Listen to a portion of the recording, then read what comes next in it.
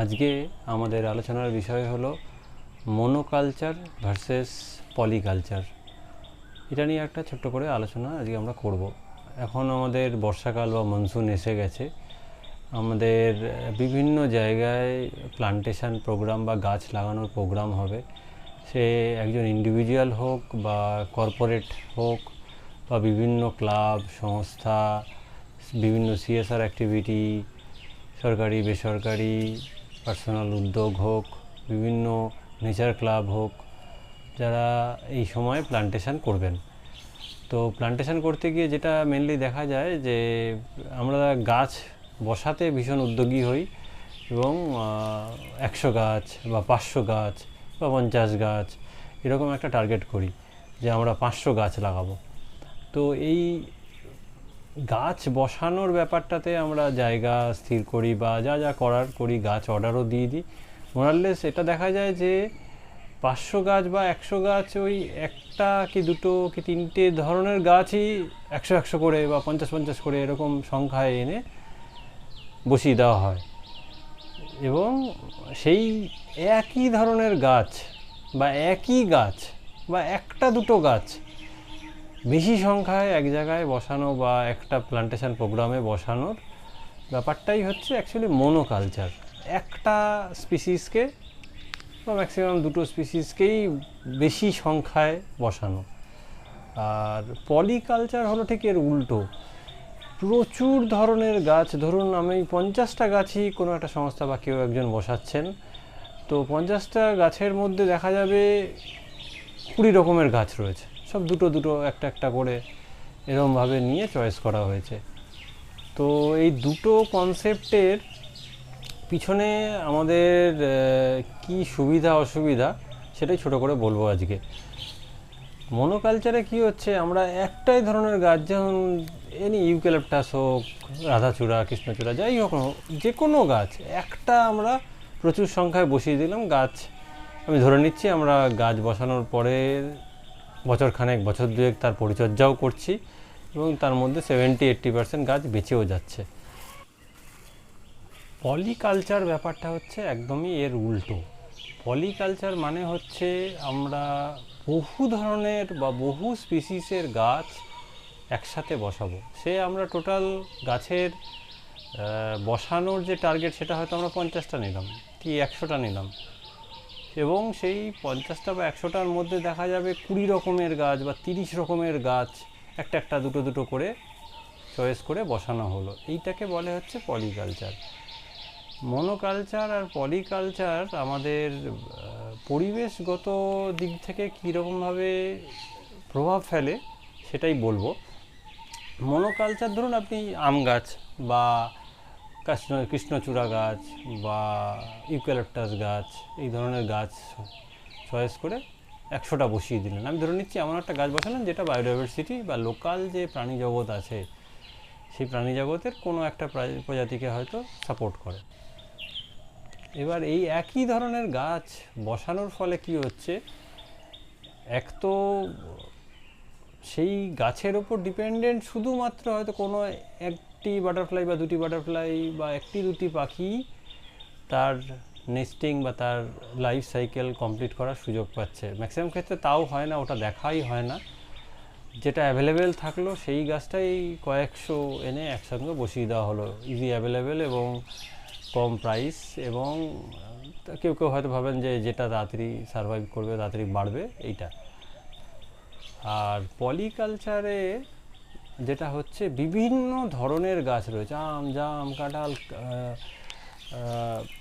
নিম, বট, অশ্বত্থ, পাকুড়, হ্যাঁ, এই ধরনের গামার, কৃষ্ণচূড়া, রাধাচূড়া, বিভিন্ন ধরনের ক্যাসিয়াস, হ্যাঁ, বিভিন্ন ফলের গাছ, ফুলের গাছ, বড় বড় গাছ যেগুলো বা ছোট গাছ, এইগুলো সব মিলিয়ে পলিকালচার হচ্ছে।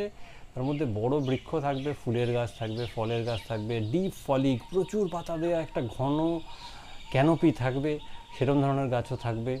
আবার গুল্ম জাতীয় গাছও কিছুটা থাকবে, কিছুটা ছোট ফ্লাওয়ারিং প্লান্টসও কিছু থাকবে। তো এই ক্ষেত্রে আমাদের যেটা ঠিক করতে হবে সেটা হচ্ছে আমরা চেষ্টা করতে হবে আমাদের নেটিভ প্লান্ট বা লোকাল প্লান্টস সেগুলো বসানোর, এবং যেগুলো পার্টিকুলারলি দেশীয় গাছ এবং দেশীয় কীটপতঙ্গ, বিভিন্ন পাখি, সরীসৃপ, অ্যাম্ফিবিয়ান্স প্রাণীদের বায়োডাইভার্সিটিকে লাইফ সাপোর্ট দেবে। আমরা এমন প্রচুর গাছ লাগাতে পারি যেগুলোর ফুল বিভিন্ন পাখি বা বিভিন্ন প্রজাপতিকে অ্যাট্রাক্ট করবে, বা মৌমাছির খাদ্য বা আমাদের পলিনেটার্সদের যে খাদ্য, সেই পলিনেটার্সদের খাদ্য শৃঙ্খলে একটা কাজে লাগবে, বা প্রচুর মৌমাছি বা বিভিন্ন পোকামাকড়ের হোস্ট প্লান্ট হবে যারা যেখানে ডিম পেড়ে তার জীবনচক্র কমপ্লিট করতে পারবে। আবার কিছু গাছ এরকম হবে যারা ফল দেবে, যেই ফলগুলো বিভিন্ন ম্যামেলস, কাঠবিড়ালি হোক, ভাম্বিড়াল হোক, বিভিন্ন ম্যামেলস বা বাদুড় হোক তারা খাবে, এবং পাখিরা, স্পেশালি পাখিরা প্রচুর পরিমাণে খাবে। এবং এই ধরনের গাছ চয়েস করতে হবে। আর এইটাও এটা মাথায় রাখতে হবে যে এমন এমন গাছ চয়েস করতে হবে যে ডাইভার্স। কেউ গরমকালে ফল হয়, কারুর ফুল হয়, কারুর বর্ষাকালে ফুল বা ফল হয়, কারুর হয়তো দেখা যাবে উইন্টারের আগে ফুল ফল হচ্ছে, কারুর উইন্টারে হচ্ছে, কারুর স্প্রিংয়ে হচ্ছে।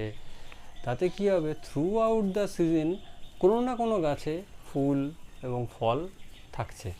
তাতে কি হচ্ছে, এক ধরনের গাছে ধরুন মানে নেকটার রিচ ফুল হয় একদম, সেই গাছই 1000 লাগানো আছে, কিন্তু সেটা তো একটা পার্টিকুলার সিজনে হবে।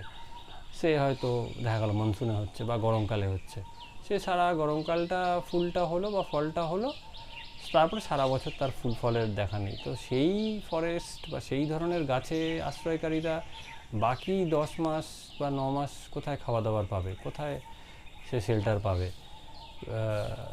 বা তার জীবনচক্র কমপ্লিট করতে পারবে। সুতরাং এইটা একটা জিনিস মাথায় রাখতে হবে যে আমি 10টা গাছ বসালে 10 সিজনের গাছ বসাবো, যে 10টা আলাদা সিজনে ফুল বা ফল হবে। তাহলে কী হবে, আমাদের লোকাল বায়োডাইভার্সিটি টোটাল 10টা মাস বা 12টা-14টা মাস টোটাল বছরটা কভার করবে, যে সারা বছরই ফুল হচ্ছে কোনো না কোনো গাছে। তাতে কী হবে, আমাদের মৌমাছিরা তাদের নেকটার সংগ্রহ করতে পারবে, মৌমাছি, প্রজাপতি, বিভিন্ন পাখি যারা নেকটারিং করেন তাদের খাবার দাবারের ব্যবস্থাটা হবে। তার সারা বছর ধরে কোনো না কোনো গাছে ফল থাকলে সেখানে পাখিরা খেয়ে বেঁচে থাকতে পারবে, বা অন্যান্য ম্যামেলস যারা আছে তারা খেয়ে থেকে বাঁচতে পারবে। প্লাস একটা ধরনের গাছ বসালে কি হয়, যখন কোনো পেস্ট বা রোগের আক্রমণ হয়, তখন ওই ভাইরাস বা ওই ব্যাকটেরিয়া বা ওই ফাঙ্গাস চতুর্দিকে ছড়িয়ে গিয়ে সমস্ত গাছকেই একবারে মেরে ফেলতে পারে। কিন্তু আমি যদি 10 রকমের গাছ বসাই, তাতে কি হবে, একটা কোনো ভাইরাস বা ফাঙ্গাস প্রাদুর্ভাব হলে সে একটা গাছকে হয়তো মেরে ফেলতে পারবে, কিন্তু বাকি গাছগুলো কিন্তু সেই রোগটার রেজিস্ট্যান্স হবে। সুতরাং একবারে পুরো ফরেস্ট উড়ে যাওয়ার সম্ভাবনা থাকবে না। প্লাস একটা গাছ, একই স্পিসিসের গাছ প্রচুর বসালে কী হচ্ছে, ওই জমি থেকে একই ধরনের উর্বরতাটা সেরে একবারে চুষে নিয়ে নেবে, এবং কিছুদিন পরে তারা দুর্বল হতে থাকবে, এবং তার বাই প্রোডাক্ট যেগুলো থাকবে সেটা ওর কাজে লাগবে না আর। কিন্তু বিভিন্ন ধরনের বিভিন্ন স্পিসিসের গাছ যদি আমরা বসাই, তাহলে সেক্ষেত্রে কী হবে, আমরা এই কোনো এক্স গাছ যদি একটা ধরনের নিউট্রিয়েন্ট টানে, তো ওয়াই গাছ দেখা যাবে অন্য ধরনের নিউট্রিয়েন্ট টানছে। ওয়াই গাছের পাতা পড়ে বা ছাল পড়ে গিয়ে যে ধরনের মাটিতে কেমিক্যাল রিয়াকশান হয়ে একটা খাদ্য তৈরি হচ্ছে, সেটা হয়তো এ গাছের দেখা যাবে খাদ্য হিসাবে বিবেচিত হবে। এবং প্রত্যেকটা গাছের রুটিং সিস্টেমও আলাদা, যার ফলে কি হবে, এক একজন এক একভাবে জমিকে বাইন্ড করবে, এবং আমাদের জমি বা ভূমিক্ষয়টাও রোধ হবে। প্লাস এক একটা গাছের এক একটা গ্যাস বেশি সময়ে বা এক একটা সিজনে এক একটা সময় বেশি কার্বন ডাইঅক্সাইড টানা, বেশি গ্রোথের প্রয়োজন, সেই সময়ে কার্বন ডাইঅক্সাইড বেশি টানবে। যদি একই ধরনের গাছ হলে সেই সময় খুব একটা ধরুন 2 মাস খুব ভালো এফেক্টিভ থাকলো, বাকি মাছগুলোতে অতটা এফেক্টিভ হয়তো থাকলো না। কিন্তু বিভিন্ন ধরনের গাছ করলে কি হবে, কোনো না কোনো সময় কোনো না কোনো মাসে সেই গাছগুলো এফেক্টিভনেস বেশি থাকবে।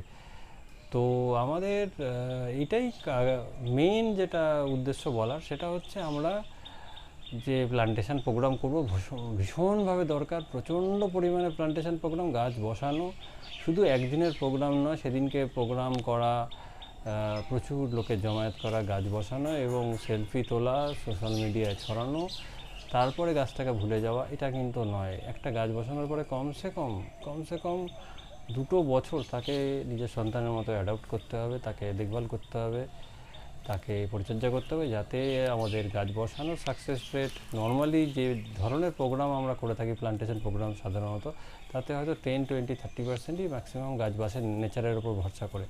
কিন্তু আমরা যদি অ্যাডপ্ট করি সেক্ষেত্রে হয়তো গাছ বসানোর থেকে সার্ভাইভাল রেটটা 90%-95%-এ যেতে পারে। তো আর একটা ছোটো জিনিস, সেটা হচ্ছে আমরা কি গাছ বসাবো হচ্ছে নেটিভ প্লান্ট বা লোকাল প্লান্ট, দেশীয় প্লান্ট, নিজের এলাকার প্লান্টস, এবং সেটা ডাইভার্সড। আম, জাম, কাঁঠাল, লিচু, নিম, এবং কামরাঙা হয়ে গেল, ক্যাসিয়ার বিভিন্ন স্পিসিস, কৃষ্ণচূড়ার স্পিসিস, কদম, বেল, লেবু সহ ফরেস্ট্রির দিক দিয়েও আপনি দেখতে পারেন, ফরেস্ট গ্রো বা বড় ক্যানোপিওয়ালা বট, অশ্বত্থ, পাকুড়, গামার, হ্যাঁ, এই ধরনের বট, অশ্বত্থ, পাকুড়, গামার এগুলো বসানো ভীষণ জরুরি। তো এই ধরনের ওয়াইড ভ্যারাইটিতে আমাদের গাছ চয়েস করতে হবে। এটাই বলবো যে আমরা প্লান্টেশন প্রোগ্রাম আজকে আমরা অনেক অ্যাওয়্যার হয়েছি আমাদের যে পরিবেশ দূষণ বা আমাদের পরিবেশের যে সমস্যা চলছে তার উপরে, কিন্তু কি ব্যাপারটা হচ্ছে, আমরা প্লান্টেশন প্রোগ্রাম করতে গিয়ে একই ধরনের গাছ বা 1-2 ধরনের গাছ বেশি পরিমাণে বসিয়ে ফেলছি। সেই জায়গায় একটু স্টাডি করে, একটু পড়াশোনা করে, একটু নেট সার্চ করে বা এক্সপার্টসদের থেকে একটু জেনে অনেক ধরনের গাছ যদি আমরা বসাই, তাহলে প্রকৃতিতে উপকার বেশি হবে। লোকাল বায়োডাইভার্সিটি, যেটা পাখি, প্রজাপতি, মৌমাছি হারিয়ে যাচ্ছে, তাদের সার্ভাইভাল রেট অনেক বেড়ে যাবে। তো আমি আশা করব যে আমরা এই বছর যত প্ল্যান্টেশন সবাই করব, তাতে আমরা পলিকালচারকে ফলো করব এবং wide variety of plants, local plants, native plants আমরা বেশি করে বসাবো, এবং বসানোর পরে চেষ্টা করব যাতে তাদের 2 বছর 3 বছর অবধি পরিচর্যা করা, রক্ষণাবেক্ষণ করা, আর রক্ষা করা, কেটে ফেলা থেকে রক্ষা করা, এটা করব, যার ফলে আমাদের নিজেদের জনবসতি অঞ্চলের মধ্যেই একটা ফরেস্ট এনভায়রনমেন্ট, বা যারা আমাদের জনবসতি তৈরি করতে গিয়ে যারা তাদের নিজেদের ঘর হারিয়েছে, সেই ধরনের পাখি, প্রজাপতি, পশু পাখি, পোকামাকড়, সবাই তার ছোটো ছোটো ঘর যেন ফিরে পায়। খুব গাছ বসান, গাছের পরিচর্যা করুন, গাছকে রক্ষা করুন, আর পলিকালচারে বিশ্বাস রাখুন, পলিকালচার করুন, অনেক ধরনের গাছ বসান। ধন্যবাদ। আর যদি কোনো রকম কোনো প্রশ্ন থাকে যে কী ধরনের গাছ বসানো উচিত, সেই নিয়ে আমি ডিটেল অ্যান্সার করে দেবো। আপনি আমাকে এই ভিডিওর কমেন্টে জানাবেন, যে যদি জানতে চান যে কোথায় কী গাছ বসানো যেতে পারে, আমি চেষ্টা করব আমার যতটা ক্ষমতা সেটা দিয়ে আপনাদের প্রশ্নের উত্তর দেওয়ার। ভালো থাকবেন, গাছ বসাবেন, গাছকে রক্ষা করবেন। ধন্যবাদ। Go green.